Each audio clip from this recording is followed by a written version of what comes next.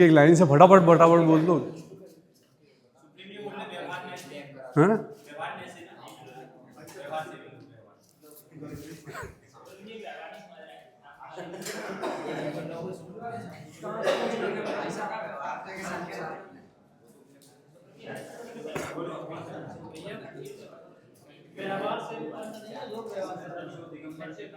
नियम से तो पंथ निरपेक्ष है, नियम से तो पंथ निरपेक्ष ही है।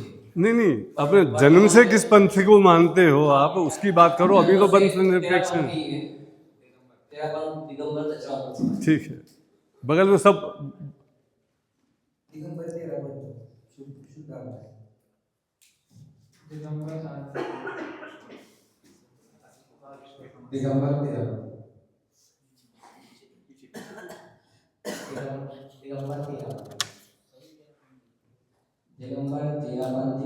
फिर मैं उधर पढ़ा 20 पंथ में। अभी 6 महीने में अभी इसमें मतलब इक्विपमेंट देते हैं। पहले की बात करो, अभी की बात मत करो। घर से मैं दिगंबर तेरापंथ। बाद में तो कोई पंथ रहने ही वाला नहीं है, मोक्ष में तो सभी एक ही पंथ के हो जाएगा। दिगंबर तेरापंथ। दिगंबर तेरा पंथ। दिगंबर तेरा पंथ। वैसे पहले 20पंथी घर में सब 20पंथी मानते हैं। ठीक है, चलो कम से कम एक रिप्रेजेंटेटिव तो आया, दूसरे सभी एक से ही निकले तारण वाले नहीं है सब हैं। ऐसा जो बताया था ना, तारण वाले संयम जी बिजली वाले तारण वाले तारण पंथ। अच्छा, ठीक है। शुद्ध दिगंबर तेरा शुद्ध दिगंबर तेरा पंथ। सर मैं बचपन में तो श्वेतांबर था, मतलब क्योंकि हमारी फैमिली जो थी ना, तो वो पूरी श्वेतांबर मंदिर में जाया करती थी। उसके बाद जब घर शिफ्ट किया था तो आसपास कोई भी ऐसा मंदिर नहीं था और वहाँ श्वेतांबर का कोई माहौल नहीं था, तो फिर दिगंबर मंदिर में जाना कंटिन्यू कर दिया। वैसे तो मैं ट्रेडिशनली श्वेतांबर हूँ। नहीं, जन्म से दिगंबर हो लेकिन श्वेतांबर मानते थे पहले, ऐसा? नहीं, मैं श्वेतांबर ही था, पर फिर उसकी वजह से आसपास ऐसा माहौल नहीं रहा, तो दिगंबर मंदिर में जाना ओके। कंटिन्यू किया। दिगंबर तारण पंथी। तारण पंथ, ओके।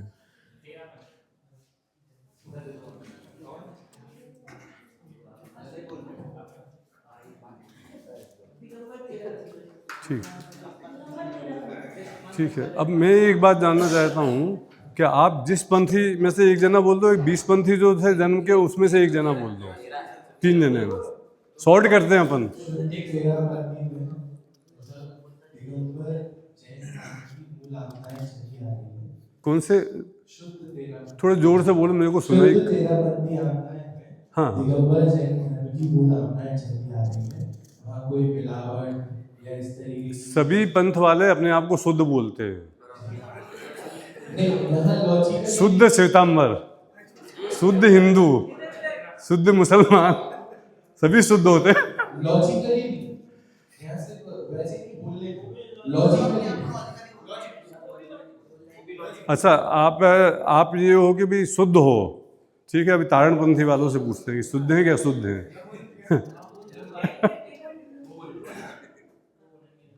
मतलब ये नहीं कहूँगा जो आपका पंथ है वही मेरा पंथ है, इसलिए मैं तेरापंथी हूँ। और जो हमारे मुनिराज है 13 प्रकार की चापों का पालन करते हैं, इसलिए हम तेरापंथी। देखो, सबसे पहले क्लियर कर दूं, दिगंबरों में जितने भी धर्म हैं जैन धर्म के, सब भगवान के ही पंथ एक प्रकार से कहे जाएंगे। तेरा पंथ कोई स्पेशली हो या फिर 20 पंथ कोई स्पेशली हो, ऐसा नहीं है। वो तो उसकी उत्पत्ति को लेकर के कह देते कि भगवान तेरा पंथ सो तेरा पंथ, जबकि जितने पंथ है वो सभी भगवान को ही मानते हैं, तो ऑब्वियसली बात सभी भगवान की। अब ये बात बतानी है अपने अपने पंथ की, तो मैं तारण पंथ की आपको विशेष बात जो सबसे अच्छी लगती है, हम नारे भी लगाते हैं तो हम कहते हैं तारण स्वामी का शुभ संदेश, तू स्वयं भगवान है। ये सबसे अच्छी बात हमारी लगती है कि प्रत्येक आत्मा को परमात्मा बताता है। बहुत अच्छा। 20 पंथी वाले कौन थे? जन्म वाले आप बोलो।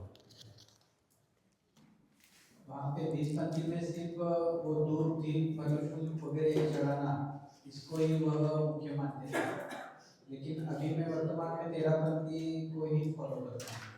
उस अनुसार श्वेतांबर से ही पूजन पाठ आदि करना और करवाना, ये दोनों करेगा। ठीक है, अब मैं एक बात पूछता हूँ कि कौन सा पंथ ऐसा है जो 6 द्रव्य नहीं मानता, 7 तत्व नहीं मानता, सर्वज्ञता नहीं मानता, वीतरागता नहीं मानता और मुक्ति को नहीं मानता? कौन सा पंथ ऐसा है? तो असली जैन धर्म क्या है? और जो पंथों में फर्क है वो काय का फर्क है? क्रियाओं का। ठीक है, 13 पंथियों में भी क्रियाओं का फर्क हर 40-50 कोस पे आ जाता होगा। हमारे मंदिर में तो ये होता है, हमारे यहाँ तो ऐसे विधान होता है, हमारे यहाँ तो ऐसे विधान होता है। तो सवाल ये है, इसलिए यूज कहता है कि कोई पंथ की आवश्यकता नहीं है, जिसे सारे पंथ एक सा मानते हैं, जिस स्वरूप को हम उसकी चर्चा करते हैं। वास्तव में असली धर्म भी वही है। बाकी तो व्यवहार हैं, व्यवहार तो बदलते हैं समय के हिसाब से। कदाचित आपको पता हो कि जैन दर्शन में पूजन साहित्य का इतिहास 200-400 वर्ष पुराना ही है। उसके पहले स्तुति साहित्य था, भक्तामर स्तोत्र, देवागम स्तोत्र, स्तुतियां होती थी, पूजन नहीं होती। तो पूजन साहित्य भी नया ही है। तो ये तो परंपराएं हैं, युगों के अनुसार, समय के अनुसार, आवश्यकता के अनुसार और बदल जाती हैं। तो उनकी चर्चा करके फायदे ही नहीं है कुछ भी, वो तो बदलने वाली चीज है। अपन को तो त्रिकाली देखना है ना। तो त्रिकाली को देखने से त्रिकाली के दर्शन होंगे, और सब में त्रिकाली एक सा है, इसलिए हम बोलते हैं। इसी तरह से एक दूसरी धारणा के बारे में बात करूंगा, बस 2 ही बातें करनी है, पूरी बात नहीं, पूरी बात फिर वो करेंगे अभिषेक की। इसी तरह से मेरा एक प्रश्न ये है आपसे कि आप में से कितने लोग, ऊपर से ज्ञान से नहीं बोलना, आप अंदर से कैसे फील करते हैं, क्या फील करते हैं कि जैन दर्शन सरल है, कठिन है निभाने में? कितना कठिन लगता है?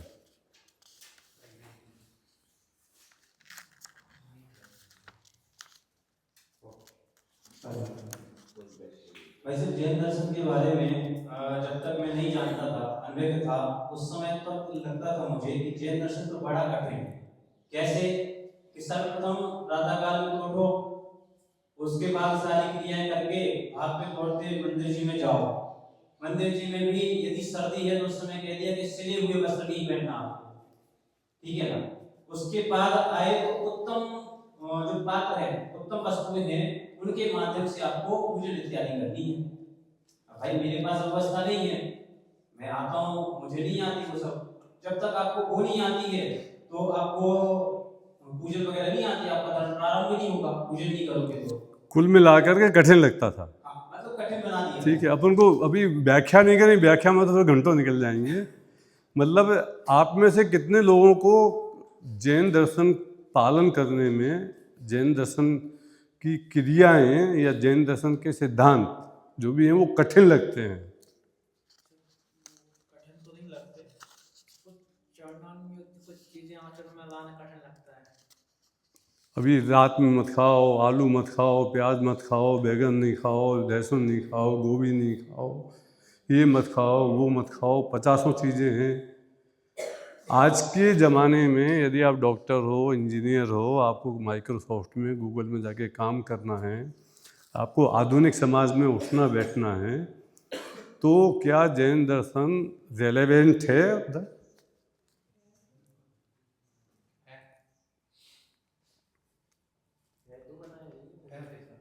रेलेवेंट है। रेलेवेंट तो है ही, आप तो विद्वान ही हो सब लोग, इसलिए यही बोलोगे। महसूस करने की बात है कि अंदर में हमें क्या, यदि हम कुछ से कोई भी आचरण पालते हैं तो क्या हमें वो इजी लगता है, आसान लगता है कि नहीं, ठीक है ये ऐसा ही होना चाहिए, यही है, ये लगता है, या हमको ये लगता है कि हमको इसे पालन करना है क्योंकि हम जैन, हमें मोक्ष जाना है इसलिए हमें पालन करना है। आप समझे ना, ये हमारा कर्तव्य है। यदि नहीं पालन करेंगे तो क्या होगा, तो मोक्ष नहीं मिलेगा। और वो तो पाना ही है कुछ भी करके, क्योंकि संसार में तो भटकना नहीं है। और हमने बचपन से पढ़ लिया, पूरा सा पता है हमको कि यदि मोक्ष नहीं हुआ तो संसार में तो भटकना पड़ेगा, और इसका हमारा पक्का विश्वास भी है, ठीक है ना। इसलिए क्रियाएं पालन करनी है। यदि हमारा बस चले तो मुनि बन जाए, तो अंतिम लक्ष्य तो वही है, उसके बगैर तो काम होने वाला नहीं है। तो लेकिन मैं ये बात पूछता हूँ कि ये जो भी सारी क्रियाएं हैं, पंचम गुणस्थान वृत्ति श्रावक की 11 प्रतिमाएं, धीरे धीरे करके छूटता है सब कुछ। तो ऐसा एक एक प्रतिमा को देख करके छोड़ा जाता है,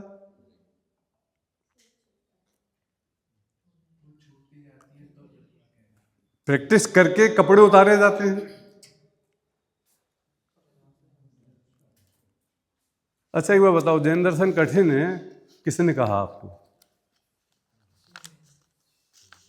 आज के ज़माने में तो बहुत मुश्किल है निभाना।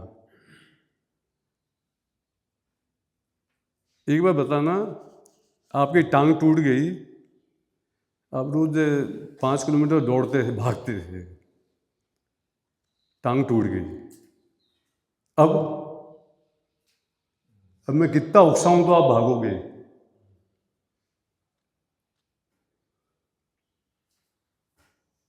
नहीं भागोगे आप, इच्छा होगी तो भी नहीं भागोगे, अपनी जगह से नहीं हिलोगे। क्यों? क्योंकि आपको अपने शरीर की मर्यादा पता है। तो मैं ये कहता हूं कि जैन दर्शन वास्तव में देखा जाए तो सबसे दुनिया का सबसे सरल दर्शन में से एक है, क्योंकि ये आपको कहीं किसी भी जगह पर फोर्स करते ही नहीं है। यदि आप उसका सच्चा स्वरूप समझते हो तो आपके जीवन में ऑटोमेटिक अपना व्यवहार आता है, और जो ऑटोमेटिक आता है फिर उसमें कोई जोर जबरदस्ती नहीं होती, कोई तकलीफ नहीं होती आदमी को। तकलीफ कब होती है कि जब आपको जबरदस्ती की जाए। ये जो प्रतिज्ञा लेना है आपकी इच्छा के विरुद्ध है, वो आपसे जबरदस्ती करना है। यदि आप अपनी मर्जी से प्रतिज्ञाएं लेते हैं, प्रतिज्ञा के बगैर काम नहीं है जैन दर्शन में, लेकिन अपनी मर्जी से, अपनी भूमिका अनुसार। कपड़े मुनिराज छोड़ते हैं, लेकिन वो उनकी भूमिका होती है, उन्हें फर्क नहीं पड़ता कपड़ों से, बल्कि उनको कपड़े बोझा लगते हैं। जब आदमी के अंदर इतनी पवित्रता आ जाए कि कपड़ा बोझा लगने लगे, तब वो कपड़े छूट जाते हैं। छोड़ा नहीं जाता कुछ भी, करा नहीं जाता कुछ भी, होता है। और जब जो चीज आपके अनुसार होती है, आपकी मर्यादाओं के अनुसार, तो उससे बंधन नहीं बोला जाता, उसे बंधन नहीं कह सकते आप। एक बार बताइए, 8 साल का बच्चा, हम 8-10 साल के थे, हमारे स्मारक में जहाँ रहते थे तो वहाँ पे बहुत बड़ी सीढ़ी थी हॉल के अंदर, 2 मंजिल की, 2 मंजिल चढ़ जाओ, इतना बड़ा हॉल था, हॉल की सीढ़ी थी, उसके बीच में एक मंजिल थी, वहाँ से हम कूद जाते थे। सब लोग मना करते थे, बड़े लोग, हम सुनते ही नहीं थे, उस पर चढ़ते थे, वहाँ से कूदते थे। आज आप बोलो 5 फीट कूद लो, अब धक्का दोगे तो भी नहीं कूदूंगा।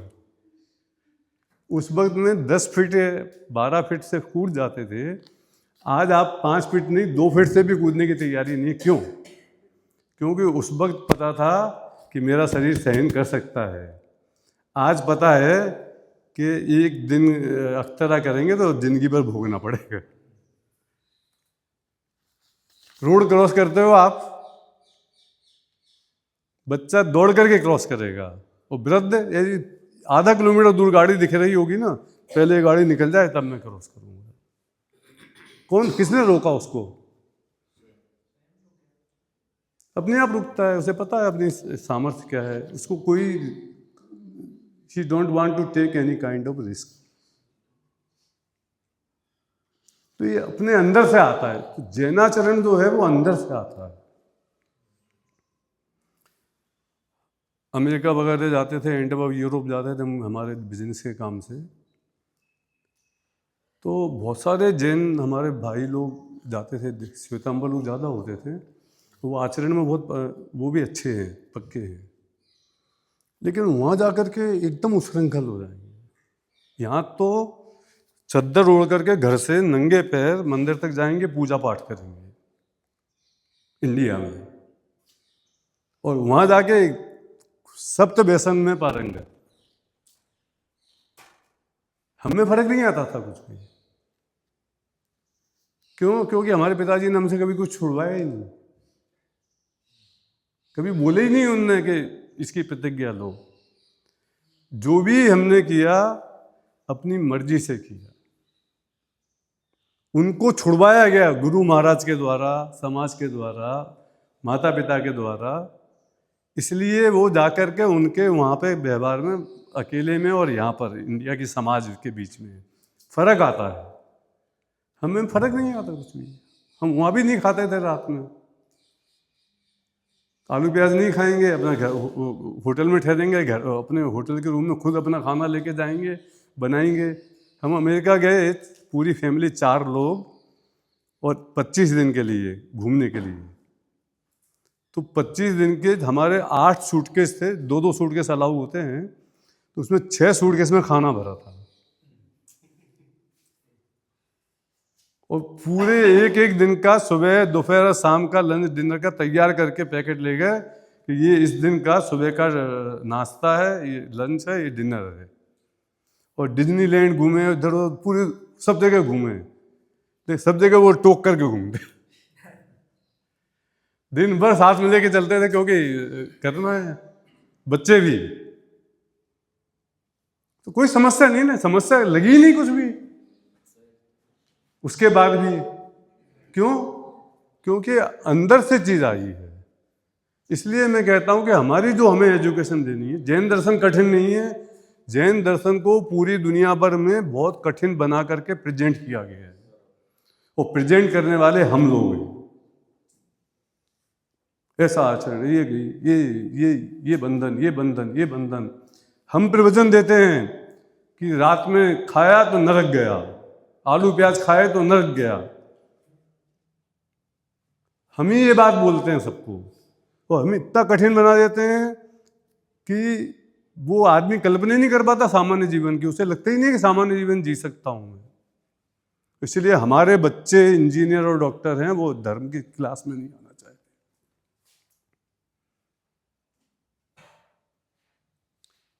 हमें करना क्या है कि हमें उनको, हमारा ये नारा है, इस पे लिखा हुआ है हमारे इसमें यूज में, कि हम आप जो हो, जहां हो, जैसे हो, उस आचरण में धर्म कैसे कर सकते हो, ये हम आपको सिखाएंगे।